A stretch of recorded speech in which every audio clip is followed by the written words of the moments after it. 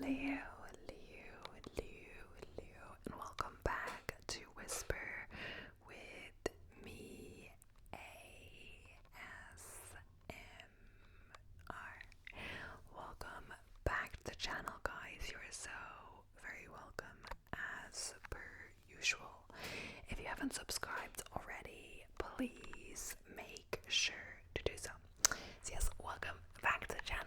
We're back filming, getting into the swing of things, etc. Hope you guys are all doing well. Today's video is about the Bermuda Triangle. As you can probably tell by the title, I have titled it True Crime, but it's not, strictly true crime. It's more like unsolved mysteries related to the Bermuda Triangle and, a bit of history about it, etc. and explanations. So, yes, without further ado, let's get into the video. So, the Bermuda Triangle, also known as the Devil's Triangle, is a loosely defined region in the North Atlantic Ocean, roughly bounded by Florida, Bermuda, and Puerto Rico.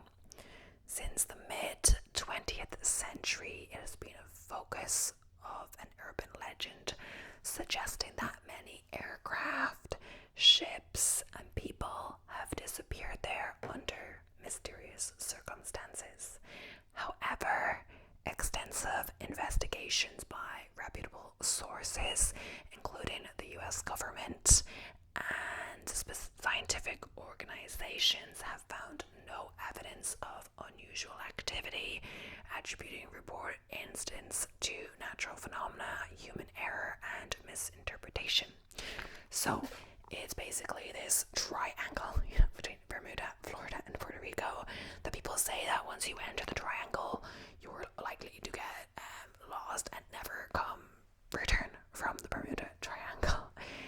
But it's like a mystery, etc. But it can most likely be explained by like some weather phenomena and error in the people flying planes, etc. That's why people disappear, not because there's some mysterious supernatural thing going on or paranormal in the triangle itself. So the origins, the earliest suggestion of unusual disappearances in the Bermuda area appeared in an article written by Edward Van Winkle Jones of the Miami Herald that was distributed by the Associated Press and appeared in various American newspapers on the 17th of September 1950. 2 years later, Faith magazine published Sea Mystery at Our Back Door, a short article by George X. Sand that was the first to lay out the now familiar triangular area where the losses took place. Sand recounted the loss of several planes and ships since World War II, the disappearance of Sandra, a tramp steamer, the December 1945 loss of Flight 19, a group of 5 U.S. Navy torpedo bombers on a trooper,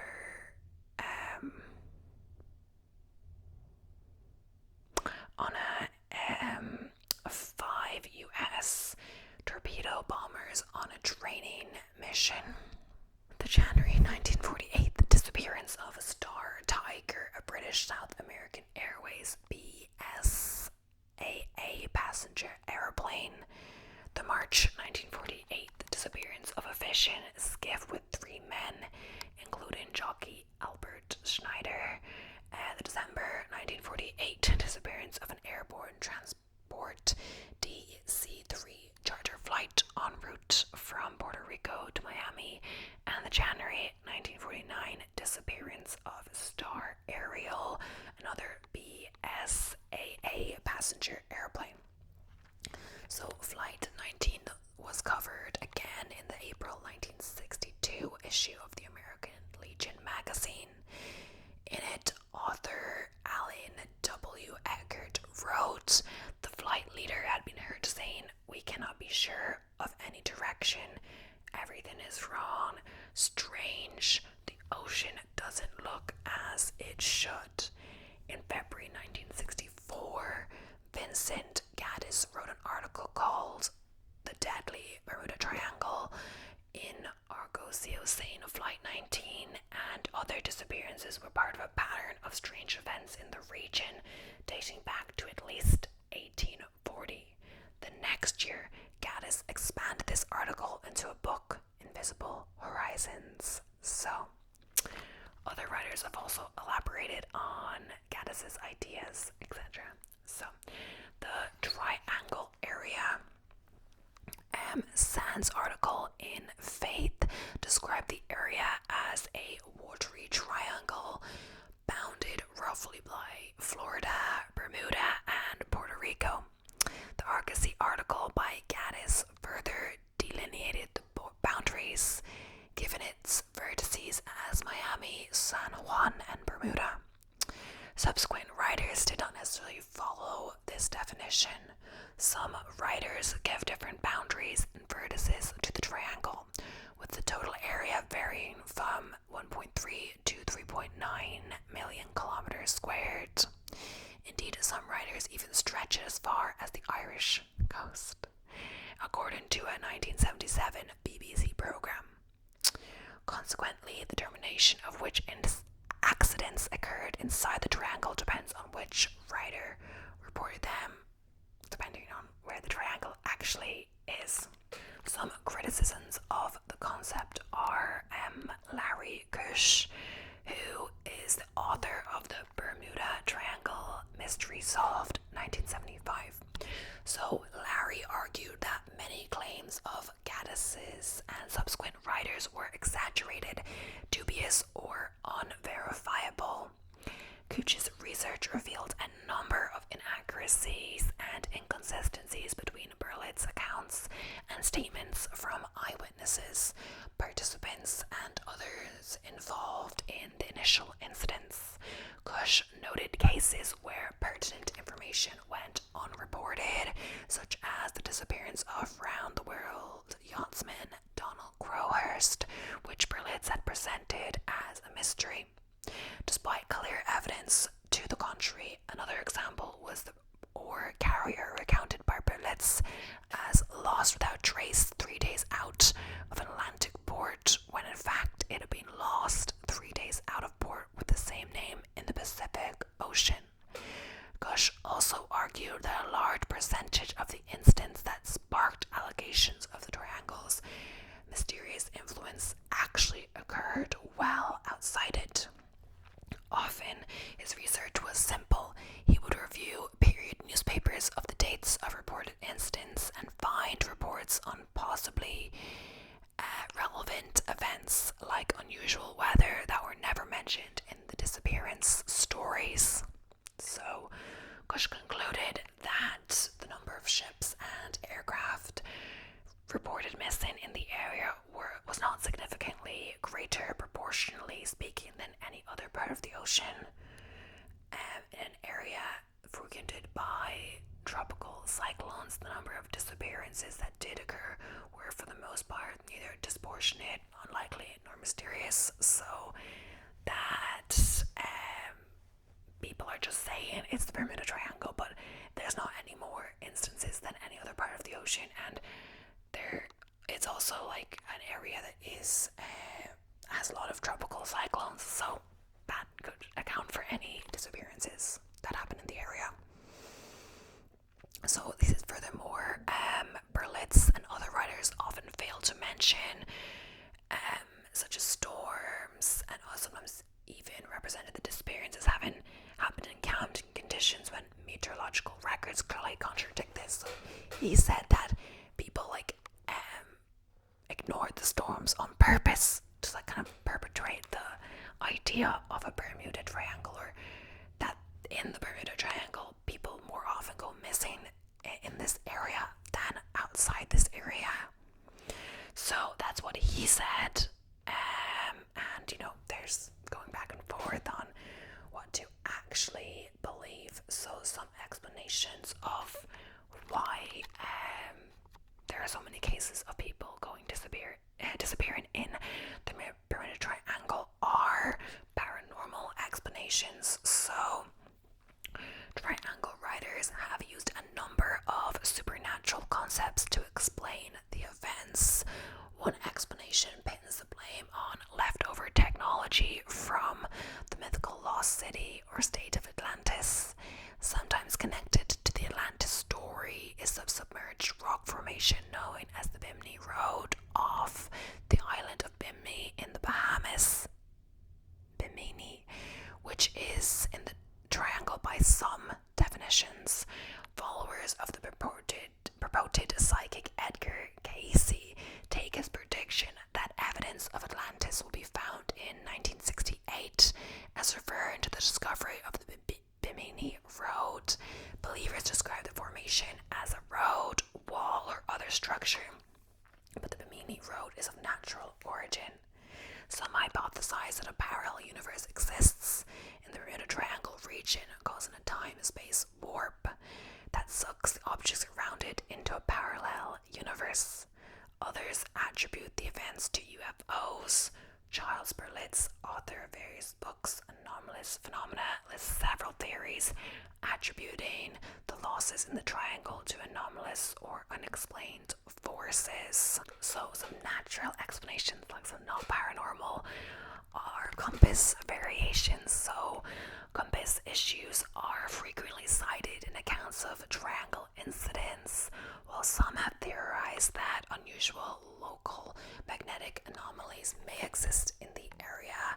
Such anomalies have not been found. Compasses have natural magnetic variations in relation to the magnetic poles, a fact that navigators have known for centuries. Magnetic compass north and geographic true north are exactly the same, only for a small number of places.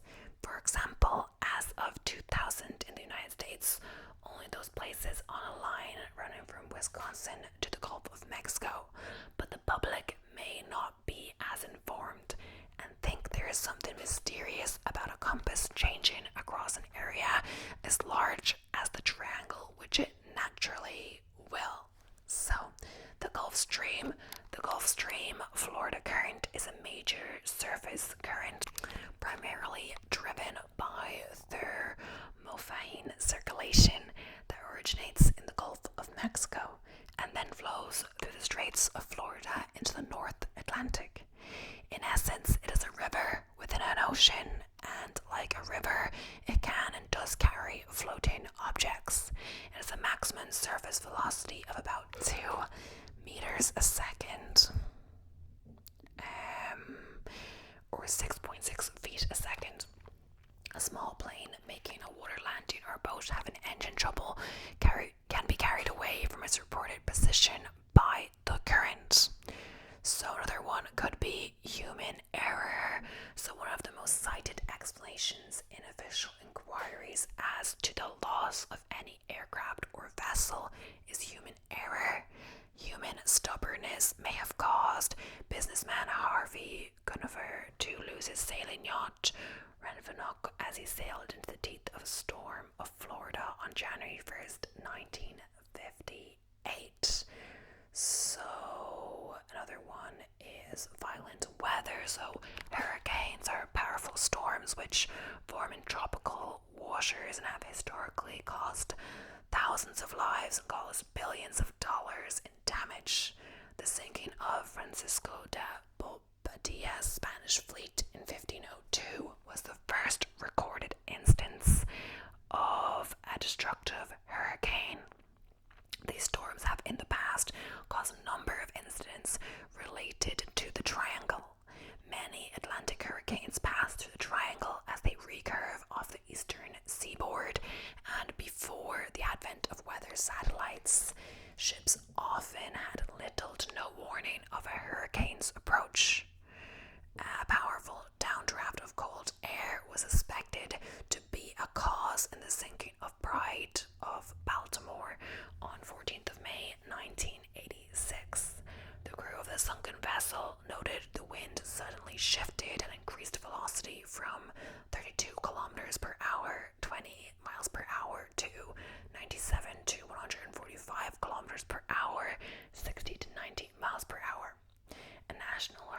Center satellite specialist James Lucien stated during very unstable weather conditions, the downburst of cold air from aloft can hit the surface like a bomb, exploding outward like a giant squall line of wind and water. So let's talk about some notable incidents, like not too many, maybe two. So HMS Atalanta. The sailing training ship HMS Atalanta, originally named HMS Juno, disappeared with her entire crew after setting sail from the Royal Naval Dockyard, Bermuda, for Falmouth, England on the 31st of January 1880.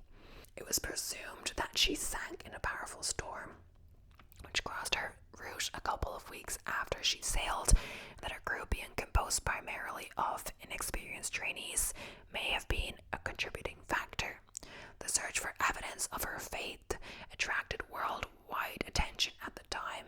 Connection is also often made to the 1878 loss of the training ship HMS Eurydice, which foundered after departing the Royal Naval Dockyard in Bermuda for Portsmouth on the 6th of March, and she was alleged decades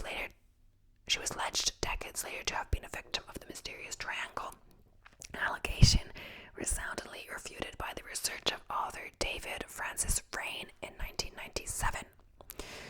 So, Flight 19 was a training flight of 5 DBM Avenger torpedo bombers that disappeared on the 5th of December 1945.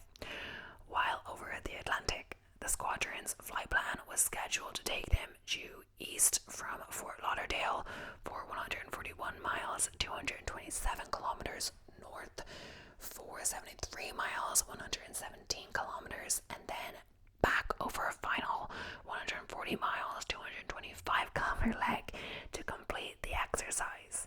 The flight never returned to base. The disappearance was attributed by Navy investigators to navigational error leading to the aircraft running out of fuel. One of the search and rescue aircraft deployed to look for them, a PBM Mariner with a 13-man crew, also disappeared. A tanker off the coast of Florida reported seeing an explosion and observing a widespread oil slick when fruitlessly searching for survivors. The weather was becoming stormy by the end of the incident, according to contemporaneous sources. The Mariner had a history of explosions due to vapor leaks when heavily loaded with fuel, as it might have been for a potentially long search and rescue mission. And maybe one more, so we're going to talk about the Connemara 4. So a pleasure yacht was found adrift in the Atlantic south of Bermuda on the 26th of September 1955. It is usually stated in the stories Berlitz Weiner that the crew vanished while the yacht survived being at sea during 3 hurricanes. The 1955 Atlantic hurricane season shows Hurricane Lone passing nearby between the 14th and the 18th of September. The 1955 Atlantic hurricane season shows Hurricane Lone passing nearby between the 14th and 18th of September, with Bermuda being affected by winds of almost gale force. In his second book on the Bermuda Triangle, Weiner quoted from a letter he had received from Mr. J.E., Chancellor of Barbados. On the morning of September 22nd, Connemara IV was lying to a heavy mooring in the open roadstead of Carlisle Bay. Because of the approaching hurricane, the owner strengthened the mooring ropes and put out 2 additional anchors. There was little else he could do, as the exposed mooring was the only available anchorage. In Carlisle Bay, the sea in the wake of Hurricane Jeanette was awe-inspiring and dangerous. The owner of Connemara IV observed that she had disappeared. An investigation revealed that she had dragged her moorings and gone to sea. But yes, that is the end of the video. Depending what you think about the Bermuda